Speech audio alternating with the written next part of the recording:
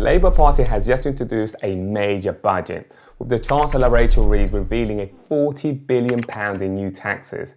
Now, this is the biggest tax increase by any Chancellor in the history of the country.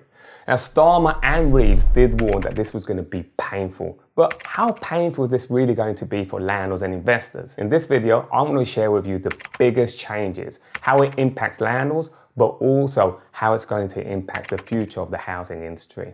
Stay tuned. Leading up to the budget, there was a lot of talk on whether people who owned assets like property and shares actually classify as working people. In fact, Keir Starmer was quoted by saying that he didn't see people who owned assets, but especially who earned from assets, as working people. And of course, this made a lot of landlords and property investors very nervous, thinking that they're going to have some very heavy tax hikes. And in the end, although there is an increase to that stamp duty surcharge for people who own second homes, as very carefully worded by the Chancellor Rachel Reeves, as if it was only for people who have, that holiday property. In fact, this is a stamp duty and a tax for those property professionals. That being said, I don't think that landlords were overly targeted. Stamp duty surcharge has been increased for second homes from 3% to 5% as from the 31st of October 2024. So to give you an example, if you're a buy-to-let investor right now, buying a property of £250,000,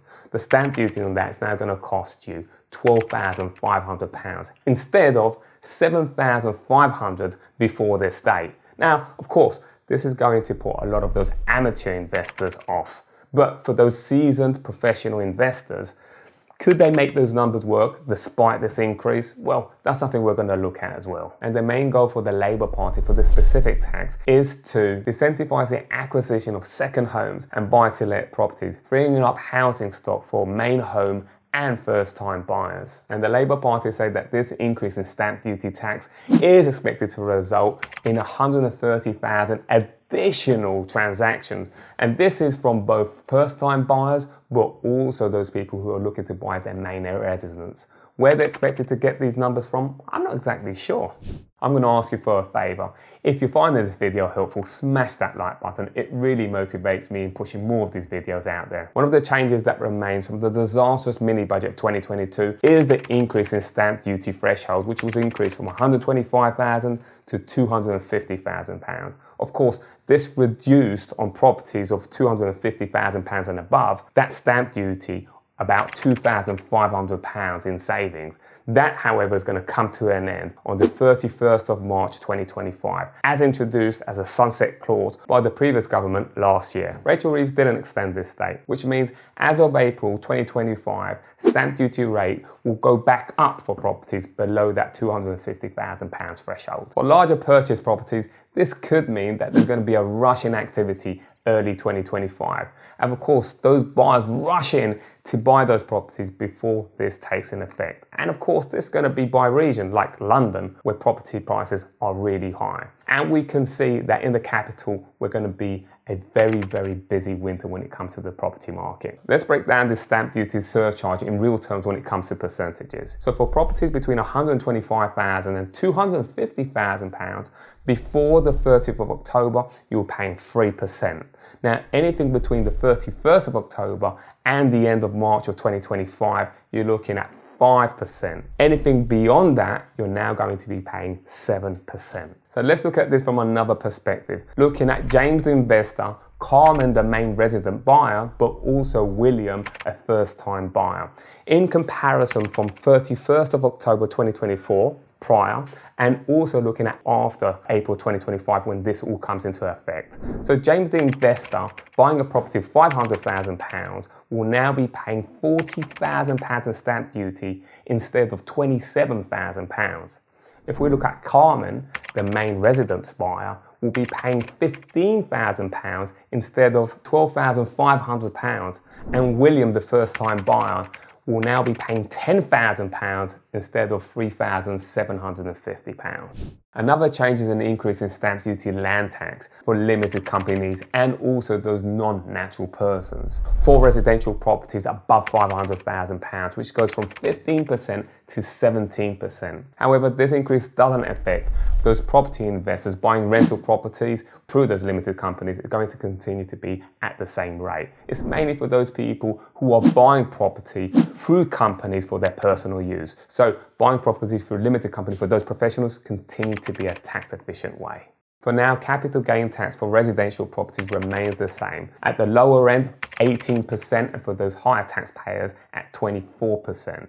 Now, of course, this may change in future budgets, but for now, it is a relief for a lot of buy-to-let investors out there. Inheritance tax thresholds have been frozen until 2030. Of course, this means that states will end up paying more tax, as property values do go up. So though this isn't an outright tax increase, it does mean that over time, more properties will fall into the taxable range. What they did do, which was actually quite clever, which was increasing the capital gain tax for non-residential assets. So they're now aligned to the same as residential property taxes, which is from 18% to 24%. I understand that one of the reasons Labour decided to not increase the rates is that HMRC found that if it was increased to 40%, the capital gain tax will actually discourage people from selling those properties and they will end up holding on to them. And of course, that's not what they want. In fact, their goal is to increase the supply and make it more favourable to those first-time buyers and people who have main residence. But most importantly for Labour, keeping rates as they are may bring more revenue and tax over time. And the fact that there is going to be so many changes in the property market between now and next year absolutely means you should hit that subscribe button so you can keep up to date.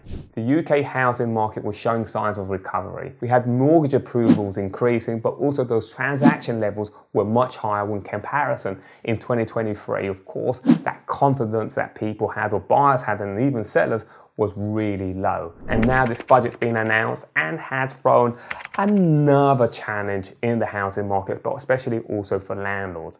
So one thing I can say, the stamp duty surcharge is probably the biggest impact for property investors, and it's going to impact mostly, for example, people who are flipping properties.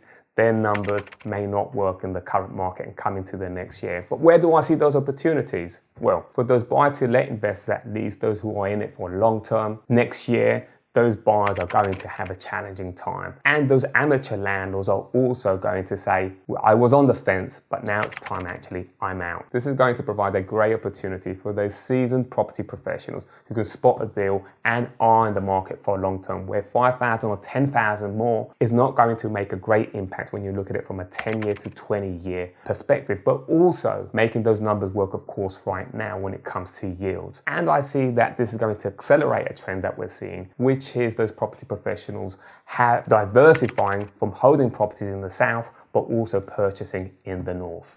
And if you are looking for a professional agent anywhere in the UK, I've been able to build up a solid network. So feel free to follow the link on the description. I'll be able to guide you in the right way.